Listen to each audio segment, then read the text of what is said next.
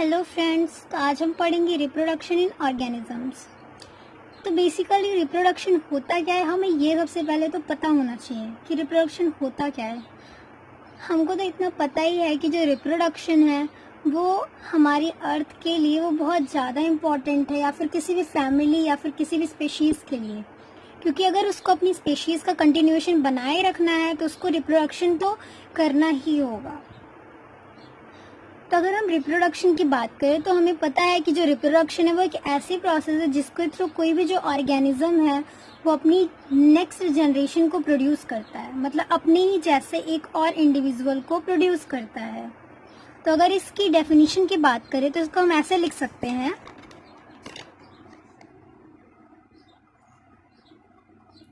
Reproduction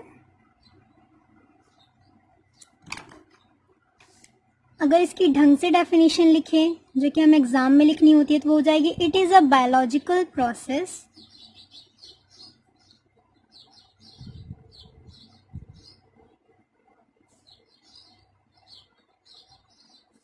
by which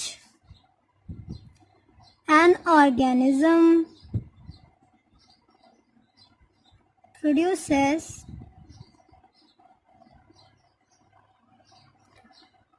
offspring। Offspring का मतलब होता है न्यू बॉर्न भी कह सकते हैं या फिर यंग वंस भी कह सकते हैं, मतलब बच्चे। Offspring of its own type. इस offspring of its own type का मतलब क्या है कि अगर कोई ह्यूमन है तो वो ह्यूमन जैसा ही बेबी प्रोड्यूस करेगा, अगर कोई गाय है तो वो गाय के जैसे ही प्रोड्यूस करेगी। ये नहीं है कि जो ह्यूमन है वो गाय के बछड़े को पैदा करेगा और जो गाय है वो ह्यूमन के, ऐसा कुछ भी नहीं है। तो इसको एक और जो रिप्रोडक्शन है उसको एक कंटिन्यूएशन का सोर्स माना जाता है। तो ये पॉइंट भी हम लिख लेते हैं कि it is a means of continuation of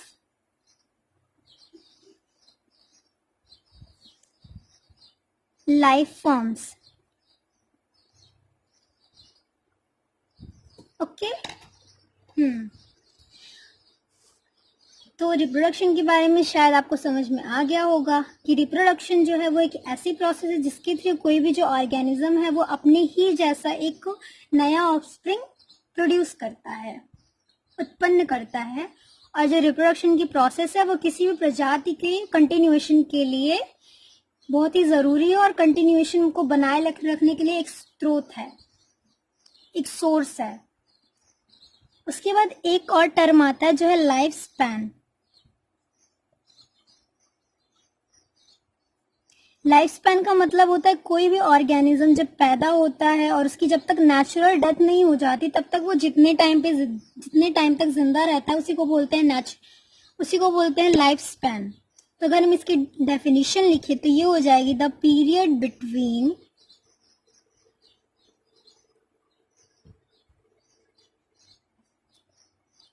birth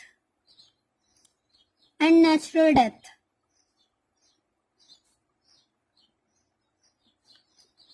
called life span. जो लाइफ स्पैन होती है ये हजारों सालों तक भी हो सकती है और ये एक दिन की भी हो सकती है। अगर बात करें कि लाइफ स्पैन ऑफ ऑर्गेनिज्म में कुछ की बात करें तो ह्यूमन की बात कर लेते हैं। तो जो ह्यूमन है वो 100 to 120 ईयर तक जिंदा रहता है। और एक छोटा सा इंसेक्ट है जो कि सिर्फ एक दिन जिंदा रहता है। तो मतलब है कि जो लाइफ स्पैन है वो हजारों साल तक भी हो सकती है और एक दिन की भी हो सकती है। जैसे एक सिकोया ट्री होता है जिसे हम रेडवुड ट्री के नाम से भी जानते हैं, वो उसकी जो लाइफ स्पैन है आपको पता है वो कितनी ज़्यादा साल तक जिंदा रहता है वो पेड़। उसकी जो लाइफ स्पैन है वो है 4000 साल से 5000 साल। तो ये पॉइंट अभी हम नहीं लिख रहे क्योंकि हम आगे अभी हम बहुत सारे ऑर्गेनिज्म है जिनके लाइफ स्पैन को लिखेंगे। और हमें ये भी पता होना चाहिए कि ये जो लाइफ स्पैन है किसी भी ऑर्गेनिज्म की विशेषता है।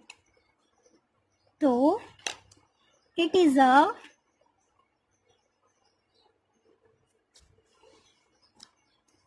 अ characteristics of an ऑर्गेनिज्म। ठीक है, उसके बाद एक और टर्म आता है जो कि है life expectancy.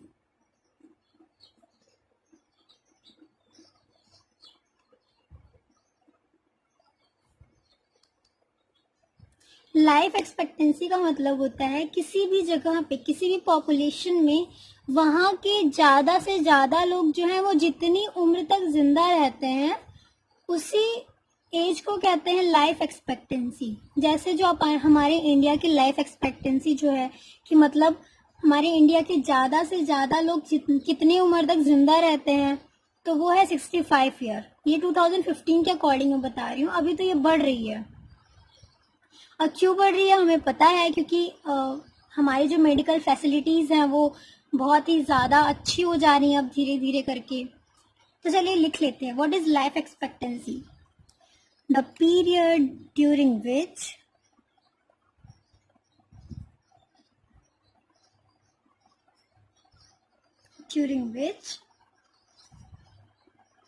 more than 50%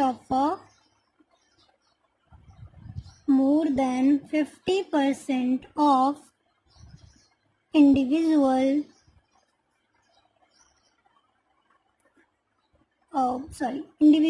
of a population lives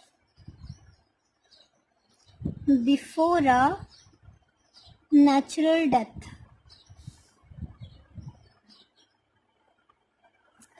मतलब किसी भी पॉपुलेशन की, किसी भी जगह के 50% से ज़्यादा लोग जिस उम्र तक नेचुरल डेथ से पहले जिस उम्र तक जिंदा रहते हैं उसी को बोलते हैं लाइफ एक्सपेक्टेंसी। हम पॉइंट में लिख लेते हैं कि जो लाइफ एक्सपेक्टेंसी है वो इंडिया की जो है 2015 के अकॉर्डिंग है 65 ईयर। यूएस की तो और भी ज़्यादा है, यूएस में ये है 78 ईयर। और जापान की तो इससे भी ज़्यादा है, 80 ईयर्स है। रीज़न क्या है यहाँ सबकी लाइफ एक्सपेक्टेंसी ज़्यादा होने का? नॉर्मल सा रीज़न है कि यहाँ सबकी जो मेडिकल फैसिलिटीज़ है वो बहुत अच्छी हैं हमारे इंडिया के कंपेयर में। एक और पॉइंट लिख लेते हैं, nowadays life expectancy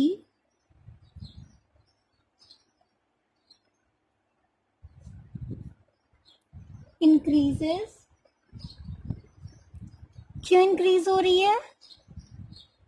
due to decrease in mortality rate. ये नहीं होगा, मोर्टेलिटी रेट। मोर्टेलिटी रेट का मतलब होता है मृत्यु दर कम हो रही है, इसी वजह से लाइफ एक्सपेक्टेंसी बढ़ रही है। अब चलिए, जैसे कि मैंने बोला था कि कुछ ऑर्गेनिज्म के हम लाइफ स्पैन्स लिखेंगे, तो चलिए लिख लेते हैं, life span of some organisms. मुझे पता है कि ये थोड़ा लर्न करना हार्ड हो जाएगा क्योंकि इतने सारे ऑर्गेनिज्म की लाइफ एजेस को याद करना, अभी तो हमें याद हो जाएगा पर बाद में हमारे लिए थोड़ा कंफ्यूजिंग हो जाता है। जब हमको एग्ज़ाम में आ जाता है तो हम कंफ्यूज हो जाते हैं किसका कितना था। तो मैंने एक स्टोरी पढ़ी थी, मतलब मैंने भी एक स्टोरी के थ्रू उसको याद किया था। ये मैंने नहीं बनाई है, कि मैंने कॉपी करी है किसी से, मैं आपको बता रही हूँ, वो आपको मज़ा आएगा और शायद आपको याद भी हो जाएगा। तो एक हस्बैंड और वाइफ है। जो हस्बैंड है उसका नाम है मैन और जो वाइफ है उसका नाम है रोज। दोनों यूएस में रहते हैं। जो ये दोनों हैं अराउंड 60 ईयर ओल्ड हो चुके हैं, थोड़े बूढ़े हो चुके हैं। तो इन्होंने क्या सोचा कि अब हम चलते हैं। इन दोनों को नेचर से बहुत प्यार था, तो ये दोनों सोचते हैं कि चलो हम चलते हैं, अब कुछ दिन अपने हॉबीज़ के ऊपर थोड़ा वर्क कर लेते हैं। मैन ने सोचा कि अब कितने साल तक हम जिंदा रहेंगे, ज़्यादा से ज़्यादा 100 से 120 साल तक जिंदा रहेंगे। तो लिख लेते हैं कि मैन जो है उसकी जो लाइफ स्पैन होती है वो 100 to 120 ईयर होती है। ओके, यहाँ पे हम डाल लेते हैं यहाँ पे डालती मैं ऑर्गेनिज्म और यहाँ पे है लाइफ स्पैन। तो मैन और रोज दोनों यूएस छोड़ के अफ्रीका चले जाते हैं। वहाँ पे वो एक ऐसी जगह देखते हैं, एक नेशनल कंजर्व था जो कि बहुत सालों से बंद पड़ा था। उन्होंने उसको अडॉप्ट कर लिया उसकी देखरेख करने के लिए। तो वो वहाँ पे जब गए तो उन्हें सबसे पहले तो बहुत पुराना सा एक पेड़ दिखा। वो पेड़ किसका था? सिकोया।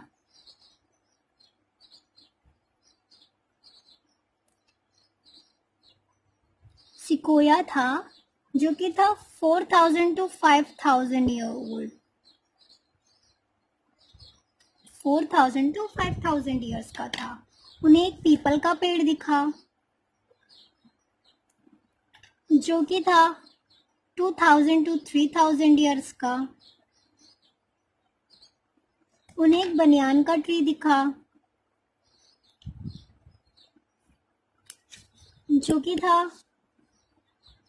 200 to 400 ईयर्स का। उन्हें एक टॉर्टॉइस दिखा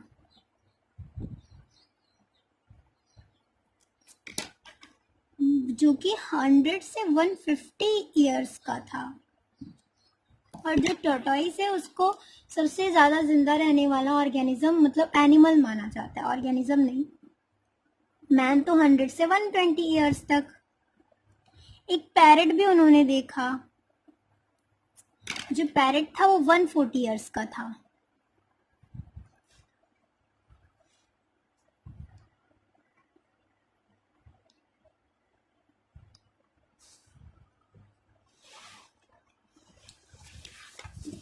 और उसके बाद उनको जो दिखा, ये इतने तो उनको पहले से ही दिख गए। एक सिकोया का ट्री, एक बनियान का ट्री, एक पीपल का ट्री, एक टॉर्टॉइस, एक पैरेट, ये सब तो उनको पहले से ही दिख गए। पर जब हम लोग अब यहाँ पे रहने लगे तो उनको वहाँ की साफ सफाई भी करनी थी। जैसे कि वो बहुत सालों से जो नेशनल कंजर्व था वो बंद था, इस वजह से बहुत सारे पेड़ सूख सूख के गिरे हुए थे वहाँ पे। तो मैन ने सोचा कि मैं अपनी मदद के लिए एक एलिफेंट लेके आता हूँ जो कि थोड़ा भारी भरकम होगा। जब चलेगा तो उसके चलने से जो जमीन है ऊंची नीची वो लेवल हो जाएगी। और वो एलिफेंट था 70 ईयर्स का। और मैन ने सोचा कि मुझे कुछ सामान लाना होगा, तो मैं बूढ़ा हो चुका हूँ, पैदल जाऊंगा तो थक जाऊंगा, इसी के सहारे में इसमें बैठ के चला जाऊंगा। तो एलिफेंट आ गया, उनकी थोड़ी मदद होने लगी। पर जब वो कहीं पे कुछ लेने चला जाता था तो उसको अपनी रोज की बहुत फिक्र होती थी। तो उसने सोचा कि मैं रोज के लिए कोई ऐसा एनिमल लेके आऊं जो उसकी प्रोटेक्शन कर सके। तो जो मैन था वो अपनी रोज के लिए लेके आया है क्रोकोडाइल। क्रोकोडाइल था 60 ईयर ओल्ड। क्रोकोडाइल देखने में तो बहुत भयंकर था, पर वो रोज से बहुत फ्रेंडली रहता था। रोज ने देखा कि मैन उसकी इतनी केयर करता है, पर जब रोज को कोई सामान लाने के लिए जाना होता है तो वो एलिफेंट पे बैठ के जाता है। एलिफेंट धीरे धीरे धीरे धीरे जाता है, फिर धीरे धीरे आता है। और इसमें मैन की जो पूरा दिन है वो बर्बाद हो जाता है। तो रोज ने सोचा कि मैं अपनी मैन के लिए एक हॉर्स लेके आती हूँ जिसपे वो फटाफट बैठ के जाए और फटाफट लौट आए। तो जो हॉर्स था वो था 50 ईयर ओल्ड।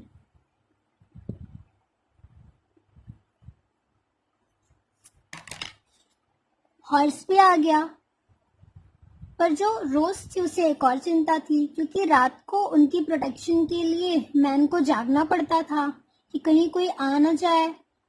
तो वो रात भर जगता था। तो रोज को ये बिल्कुल अच्छा नहीं लगता था कि उसका मैन जो है वो रात भर जगे। इसलिए रोज उनके लिए लेके आई एक डॉग जो उनकी रात को प्रोटेक्शन करे। डॉग लेके आई जो कि था 25 ईयर्स ओल्ड।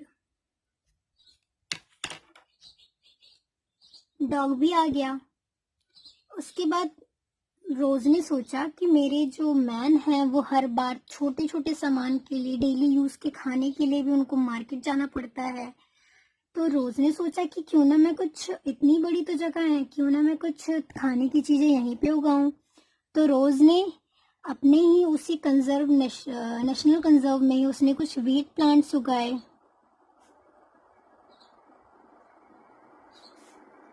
और कुछ राइस प्लांट्स भी उगाए। जो वीट प्लांट्स था उसकी जो लाइफ स्पैन थी वो थी 5 मंथ की, हमें पता ही है क्योंकि हमने देखा है। और जो राइस प्लांट्स थी उसके लाइफ स्पैन थे 4 मंथ के। खाना भी हो गया घर पे। फिर वो दोनों बूढ़े हो चुके थे, उनको थोड़ा और न्यूट्रिशन चाहिए था, थोड़ी और एनर्जी चाहिए थी, उनको इतना सारा काम करना था, पूरे नेशनल कंजर्व को अच्छा बनाना था। तो उन्होंने सोचा क्यों ना हम एक काऊ लेके आते हैं। काऊ तो बहुत प्यारी सी थी पर उसके नखरे भी बहुत प्यारे थे। जो काऊ थी वो थी 25 ईयर ओल्ड। इस काऊ के नखरे भी बहुत प्यारे थे। ये अनाज नहीं खाती थी, ये बनाना खाती थी। तो इस वजह से मैन और रोज को बनाना का पेड़ भी लगाना पड़ा। बनाना भी 25 ईयर ओल्ड था। और काऊ के साथ उसका बेस्ट फ्रेंड भी आ गया, क्रो। जो क्रो था वो था 15 ईयर ओल्ड। अब उनकी एक छोटा सा उनका एक जू तैयार हो गया। पर उनको अभी जो मैन था उसको एक वो था कि वो अपनी रोज को डेली एक रोज दे, पर उसके जो गार्डन था छोटा सा जो उसका जू बन चुका था उसमें कोई भी फ्लावर नहीं था। तो जो मैन था वो अपनी रोज के लिए बहुत सारे नहीं कह सकते, 5 से 7 टाइप्स के रोज के फ्लावर, अलग अलग कलर के रोज के प्लांट्स लेके आया। तो जो रोज था मैन था वो रोज के 5 to 7 कलर के प्लांट्स लेके आया। मतलब जो रोज होता है उसका 5 to 7 ईयर लाइफ स्पैन होता है। रोज भी आ गया पर फिर भी मैन को ये जो उसका प्यारा सा गार्डन था वो खाली खाली लगता था। तो मैन ने क्या किया, कुछ टाइप के फ्लाइज लेके आया। सबसे पहले वो लेके आया फ्रूट फ्लाई, जिसे ड्रोसोफिला बोलते हैं। थोड़ा कॉम्प्लिकेटेड नाम हो सकता है आपके लिए, पर कोई बात नहीं, आपको आगे याद हो जाएगा क्योंकि आगे इसका बहुत जिक्र होने वाला है। ड्रोसोफिला, इसकी जो लाइफ स्पैन थी वो थी 1 मंथ की। फ्रूट फ्लाई आ गया। उसके बाद वो बटरफ्लाईज लेके आया, कलरफुल बटरफ्लाईज जो इन रोज के पिल्लों पे टहलें और इसकी गार्डन की ब्यूटी को बढ़ाएं। तो जो बटरफ्लाईज थी वो 1 to 2 वीक्स की थी।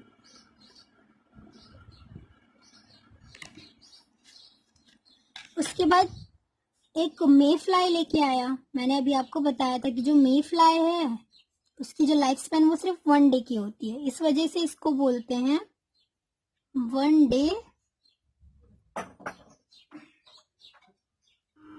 तो जो मे फ्लाई होता है उसकी जो लाइफ स्पैन होती है वो 1 डे की होती है, इसी वजह से इसको 1 डे इंसेक्ट भी कहते हैं। और ये एक ही दिन में अपनी सारी बायोलॉजिकल प्रोसेस को पूरा कर लेता है। मतलब ये एक ही दिन में अपनी नेक्स्ट जनरेशन को भी प्रोड्यूस कर लेता है और एक ही दिन में ये मर भी जाता है। उसके बाद आती है रिप्रोडक्शन। 2 टाइप्स के होता है ये हमें पता है, एक होता है असेक्सुअल, एक होता है सेक्सुअल। हमें पता है कि जो असेक्सुअल रिप्रोडक्शन होता है उसमें सिर्फ एक ही पार्टनर इन्वॉल्व होता है, जबकि जो सेक्सुअल रिप्रोडक्शन उसमें होता है उसमें अ कपल इन्वॉल्व होते हैं, मतलब 2 पार्टनर इन्वॉल्व होते हैं। इसी वजह से असेक्सुअल रिप्रोडक्शन को आगैमोजेनी कहते हैं या फिर आगैमोजेनेसिस कहते हैं, और सेक्सुअल रिप्रोडक्शन को एम्फीमिक्सिस कहते हैं। जो असेक्सुअल रिप्रोडक्शन होता है उसमें गैमेट बन सकते हैं पर फर्टिलाइजेशन कभी भी नहीं होगा, लेकिन जो सेक्सुअल रिप्रोडक्शन है उसमें गैमेट्स बनेंगे भी और फ्यूज होके फर्टिलाइजेशन भी करेंगे। जैसे अगर हम असेक्सुअल रिप्रोडक्शन में ये फर्टिलाइजेशन की बात करें तो ये होता है अर्थवॉर्म में। अर्थवॉर्म में गैमेट्स बनते तो हैं पर कभी फर्टिलाइजेशन उनमें नहीं होता है। जो असेक्सुअल रिप्रोडक्शन होता है उनमें क्लोन्स बनते हैं, मतलब उनके जो बच्चे होते हैं वो अपने पेरेंट्स की एग्जैक्ट कॉपी होते हैं, फिर चाहे वो मॉर्फोलॉजिकली हो या फिर जेनेटिकली हो। मतलब वो एक्सटर्नली स्ट्रक्चर और इंटरनली स्ट्रक्चर उनका बिल्कुल उनके पेरेंट्स के जैसा ही होता है, जबकि सेक्सुअल रिप्रोडक्शन जो है उनमें बिल्कुल भी ऐसा नहीं होता है, वो अपने पेरेंट्स से बिल्कुल डिफरेंट होते हैं। कुछ चीज़ें ऐसी होती है जो उनके पेरेंट्स से आ जाती है पर वो अपने पेरेंट्स से अलग होते हैं। जो सेक्सुअल रिप्रोडक्शन है उसमें माइटोसिस और मियोसिस दोनों होता है, जबकि जो असेक्सुअल रिप्रोडक्शन है उसमें सिर्फ माइटोसिस होता है।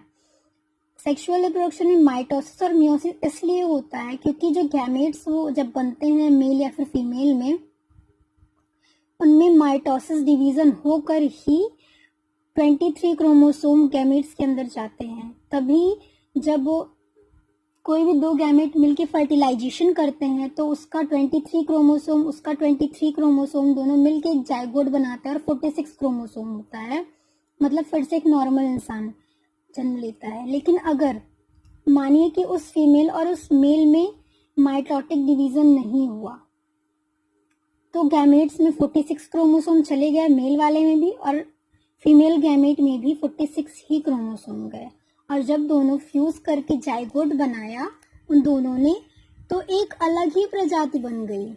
46 + 46 मतलब 92 क्रोमोसोम्स हो गए, जो नेक्स्ट उनका बेबी बना, तो वो अलग ही स्पीशीज हो गए। लेकिन हमारी जो साइंस है वैसा बिल्कुल भी नहीं चाहती, नेचर ऐसा नहीं चाहती।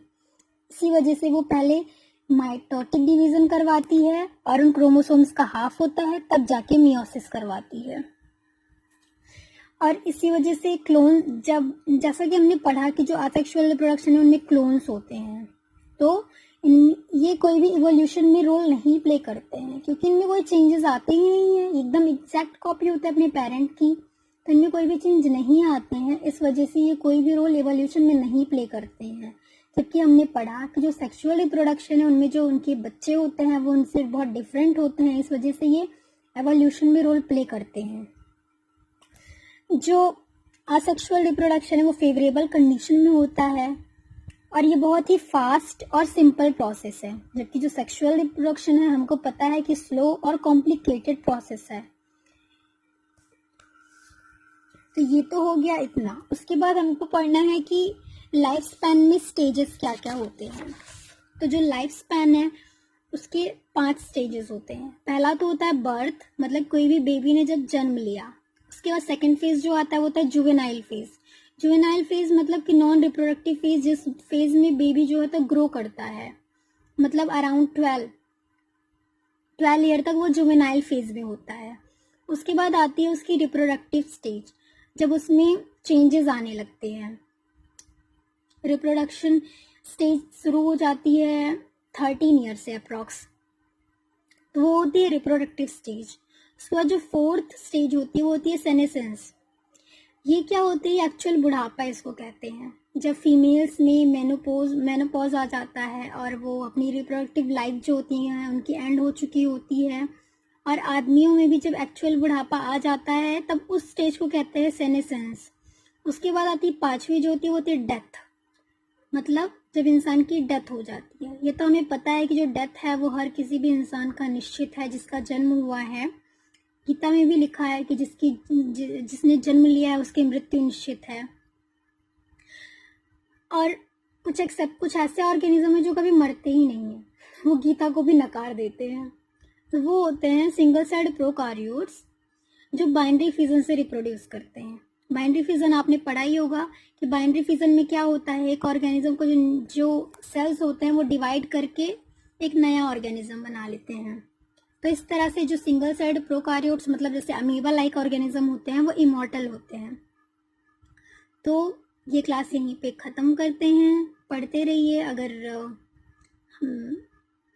अगली वीडियो आई तो उसमें मैं आगे का आपको बता दूंगी, आगे की इस चैप्टर के आगे के टॉपिक्स में आपको पढ़ा दूंगी। तब तक पढ़िए रहिए। All the best and goodbye, have a nice day.